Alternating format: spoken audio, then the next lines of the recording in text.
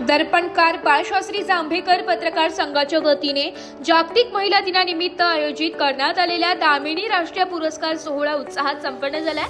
विविध क्षेत्रात उल्लेखनीय कार्य करणाऱ्या कर्तृत्ववान महिलांचा यावेळी सन्मान करण्यात आलाय। शालिमार येथील रोटरी क्लब मध्ये पार पडलेल्या या कार्यक्रमाला अनेक मान्यवरांची उपस्थिती लाभली। कार्यक्रमाच्या अध्यक्षस्थानी तसेच प्रमुख पाहुणे म्हणून नाशिकचे उपमहापौर विलास अण्णा शिंदे उपस्थित होते।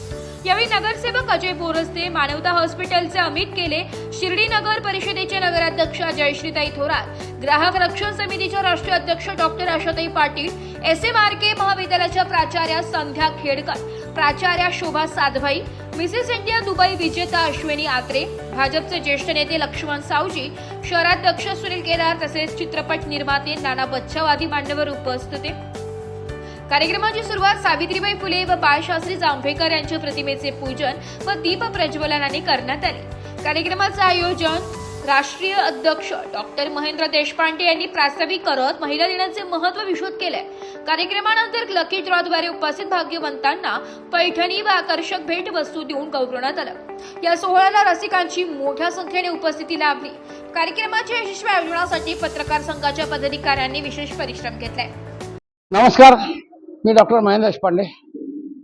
आज नाशिकच्या रोटरी क्लब हॉलमध्ये झालेल्या कार्यक्रमामध्ये मला पत्रकारिता क्षेत्रात 50 वर्षे पूर्ण केल्याबद्दल आणि पत्रकारिता क्षेत्रातील आउटस्टँडिंग कार्याची दखल घेऊन मला नालंदा IIR युनिव्हर्सिटी यांच्या वतीने honorary doctorate he journalism and social work अशा या 2 क्षेत्रासाठी देण्यात आली होती आणि त्याचा पदवीदान समारंभ आज नाशिकमध्ये संपन्न झाला।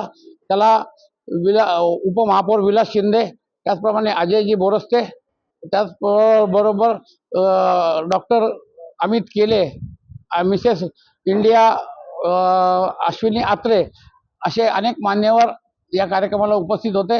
आणि या ठिकाणी सर्व उपस्थितांच्या उपस्थितीत मला हा सन्मान देण्यात आला, याचा मला खूप आनंद वाटतो। कार्यक्रमानंतर मला ग्राहक रक्षक समितीच्या वतीने डॉक्टर आशाताई पाटील आणि त्यांच्या टीमने सुद्धा माझा या ठिकाणी सन्मान करून माझं अभिनंदन केलं।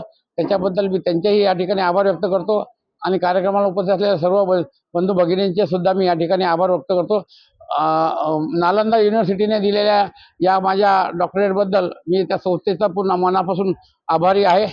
यापूर्वी मला हैदराबादच्या युनिव्हर्सिटीकडून सुद्धा ऑनररी डॉक्टरेट मिळालेली आहे आणि दुसऱ्यांदा मला यावर्षी ही दुसऱ्यांदा मला डॉक्टरेट मिळालेली आहे। ऑनररी डॉक्टरेट दुसऱ्यांदा मिळवणारा नाशिकमधला मी एकमेव व्यक्ती आहे, याचा मला खूप अभिमान आणि आनंद वाटतो आणि आपल्या सर्वांच्या शुभेच्छा आशीर्वादामुळेच मला हे यश मिळालेलं आहे।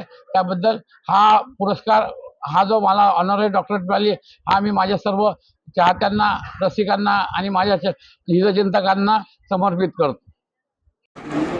महिला दिनाच्या निमित्ताने हा जो काही पत्रकार संघाच्या वतीने आणि दामिनी राष्ट्रीय पुरस्कार समारंभ या ठिकाणी संपन्न होत आहे, या सर्व माता भगिनींना मी मनापासून शुभेच्छा देतो। आपण जर बघितलं असेल तर पूर्वी म्हणायचं की आता साहेबांनी सांगितलं ते बरोबर आहे की कुठल्याही यशस्वी पुरुषाच्या मागे स्त्रीचा आशीर्वाद असतो, हात असतो, परंतु आता प्रत्येक क्षेत्रामध्ये जर आपण बघितलं तर प्रत्येक क्षेत्रामध्ये आपल्याला स्त्री अग्रस्थानी आपल्याला असलेली दिसेल आणि याच्याकरता त्याची चिकाटी, प्रामाणिकपणा आणि ध्येय आपण जर बघितलं तर आता बघा, नाशिक महानगरपालिकेचे आयुक्त त्या सुद्धा एक महिला आहेत, आमच्या सन्माननीय महापौर या सुद्धा महिला आहेत। नाशिक महानगरपालिकेची नगरसेवकांची संख्या 122 आहे, परंतु 74 महिला आहेत त्या ठिकाणी। विचार करा, 50% म्हणजे 62 महिला, 3 भगिनी आमदार आहेत आणि या देशाच्या राष्ट्रपती सुद्धा महिला आहेत।